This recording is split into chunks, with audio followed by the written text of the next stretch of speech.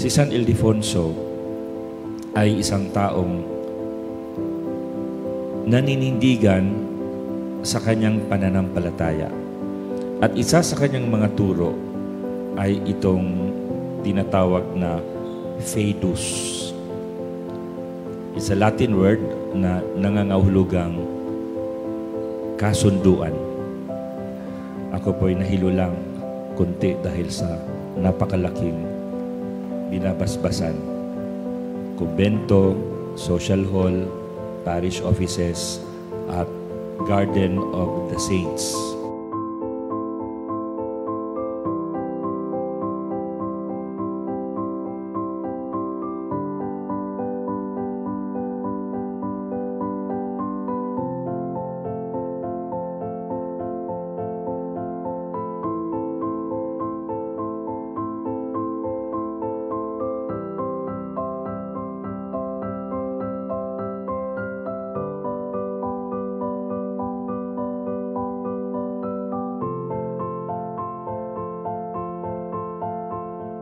Iminamahal kong mga kapatid, sa araw nito ay pasisinayaan natin ang rosaryong pamparokya, halting ng mga banal, tanggapan at kumpento ng ating parokya. Magpasalamat tayo sa kabutihan ng Diyos na nagkaloob sa atin ng mga rosaryong ito at ng mga taong nagsumikap upang ang ating pinasimulan ay magkamit ng kaganapan.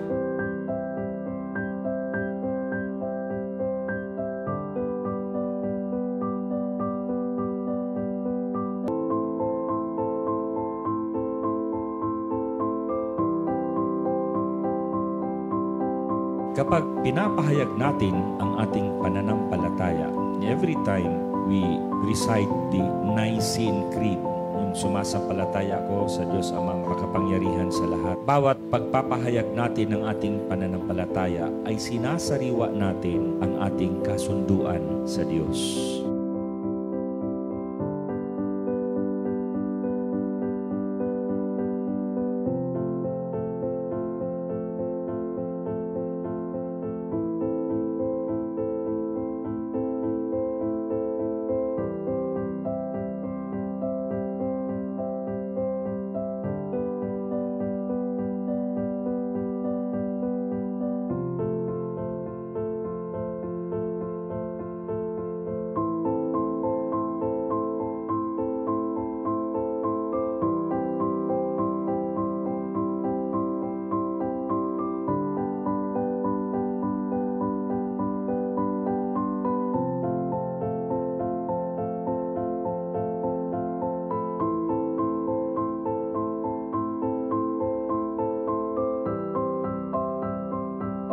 Sapagkat sa ating pagpapahayag sa pananampalataya, tayo ay nakikipagtipan sa Diyos.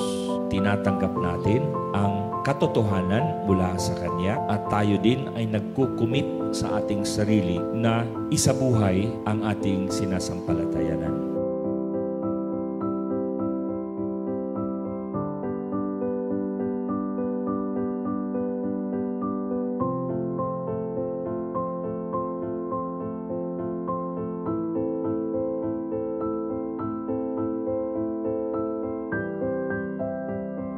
Itong firm commitment sa katotohanan, ito yung sanhi kung bakit ang ating Panginoong Hesukristo ay nakapagpamangha sa mga tao sa kanyang panahon.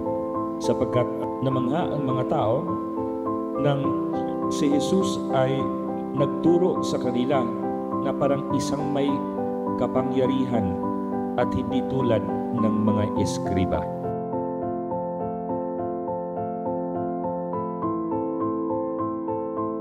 Somebody who speaks with authority. Kung ang ating Panginoon ay nagtuturo, tinuturo niya ang katotohanan at hindi siya namimili ng katotohanan, yung pabor lamang sa Kanya, yung tinatanggap o madaling tanggapin ng mga tao para walang maging panganib sa Kanya. Yung gusto lang tanggapin o pakinggan ng mga tao para ang pabor ng mga tao ay nanatili para sa Kanya.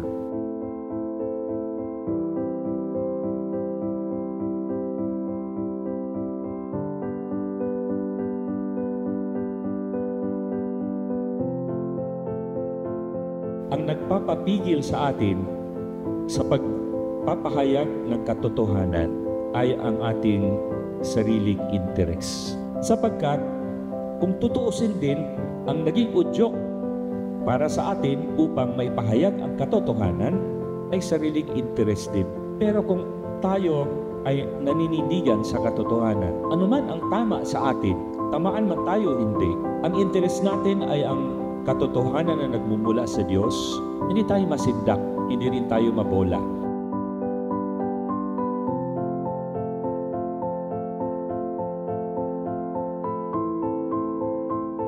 Sapagkat alam natin kung ano ang ating kinatatayuan. At mas mahalaga para sa atin ang katotohanan kaysa ating sariling kapakanan.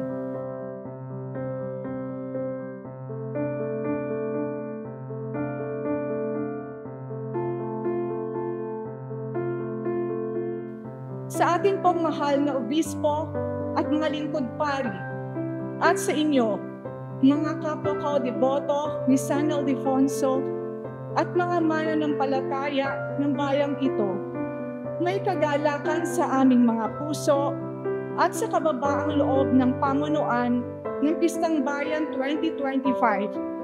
Amin pong ipinagkakaloob ang halagang 3,208,029 pesos and 72 centavos. Kabuuan ng nalikot na halaga mula sa pinagbilhan ng ating raffle tickets. Naway makatulong ang halagang ito para sa iisang adhikain nating lahat para sa ating parokya, ang maipagpatuloy at maipapatapos ang ating minamahal na simbahan. Maraming salamat po sa lahat ng tumangkilik sa gawaang ito.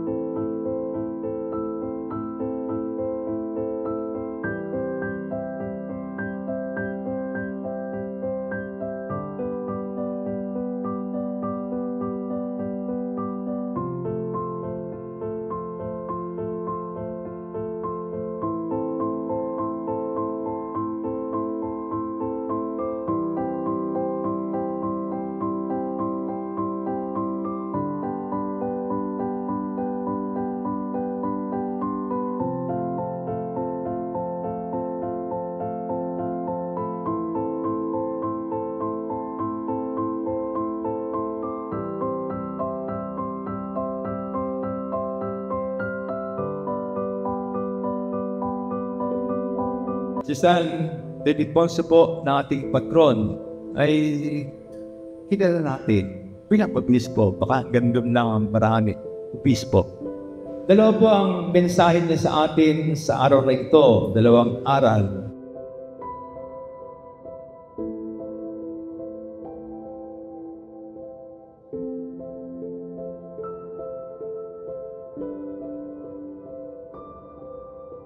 Una, bata siya ni Jesus at mahal niya si Jesus. Ang aral sa atin siyempre, mahal ka ni Jesus, mahal ka ng Diyos. Mahalin mo ang Diyos. Siya ang reason for existence. Siya ang pinakamahalaga. Di naman sa yung pinakamahalaga, pinakamapagmahal, pinakamapagpatawad, pinakamabuti ang Diyos.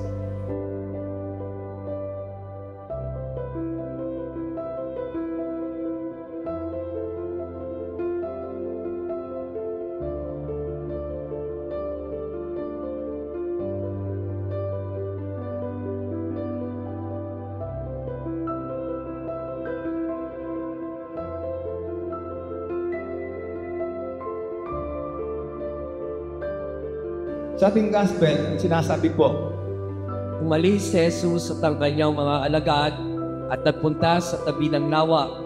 Sinundan siya ng maraming taong buhat sa Galilea.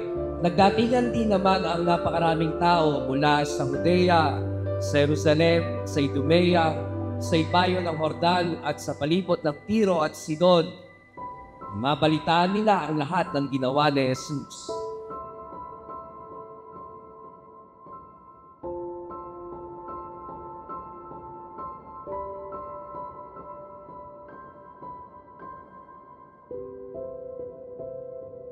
ang tanong ay, bakit siya tinutubog ng mga tao? Ang obvious reason ay, kasi ang dami niyang pinapagaling. Yung mga gumaling, napanakit ba kay Jesus? Napanakit ba siya? Kasi pag pinagaling ka, pag pinagpala ka ng Diyos, ang gusto mo sa rin mangyari, maging manakit ka sa akin. Totoo ako, naranasan ako. Ang gusto ng Diyos, manakit ako sa iyo. Minahal kita, pinasilig urat kita. At to say, Diyos na naglilit ko, okay, not to be served, but to serve, sabi ni Jesus. Ang dapat gawin ito ay mapalapit ka sa Diyos at maligtas. Yan ang tagumpay ng buhay. Maligtas. At pangalawa, siyempre, ang bunga nito ay matugat mo sana yung gumawa sa'yo ng mabuti. Panginoon, pinatawad mo ako. Kaya ako patawad mo yung Panginoon, nanawa ako. Kaya ako munawa sa kapwa ko eh. Panginoon, pinagpasensya ko ako. Kaya mayon, sanay ako magpasensya. Nahawa ako sa iyo at tulad ako sa iyo. Bagay sabi ni Sire, learn from me. Learn from me. Matutubay sa akin. Pangalawa, naaral sa Ildefonso, si Jesus ang bagay sa iyo. Si Jesus ay para sa iyo. Kaya isa sa iniaaral ni San Ildefonso, tanggapin ninyo ang ostya, ang komunyon, ang Eucharistia ng maliit. Pinakamahalaga sa Jesus. At yung pag-aalay niya ng sarili sa iyo. Ito ako, tanggapin mo at kanin. Maniwala ka sa amin. Yung totoong paniniwala. May pagtanggap, may pansalamat, may stayak. Kasabay araw, ang pagkakita ni sa kapanganatan ni San Ildefonso hanggang sa araw na ito ang kanyang nakilang kapistahan.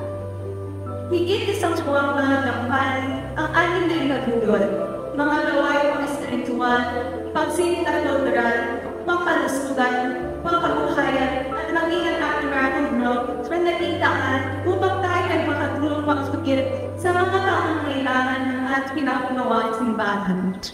Hindi po ito posible kung wala ang lahat ng inyong pag-like at tulong, material man o wala. Sa ating mga nagpagpari na piling natin, wala pa nung simula hanggang sa namamisan natin ng mayang kapuan. Sa ating mahal na obispo, Dennis Villarojo, Father Narciso Sampana, sa ating Father Elo, Father John Paul, Father Angel, Father Jay, at Father Michael, at sa inyong lahat ng mga kapatid ng ating diocese. Maraming salamat po. Naway pagpatuloy niyo po kami isama sa inyong mga panalangin. At sa ating murang paroko, Father Ino, isang mahigpit na yakap mula sa aming pamilya, taos-puso po ang aming masasalamat sa inyong paggabay, suporta at pagmamahal. Muli, maraming salamat na ito. Happy Fiesta po sa ating lahat. Viva San Ildefonso Castellano!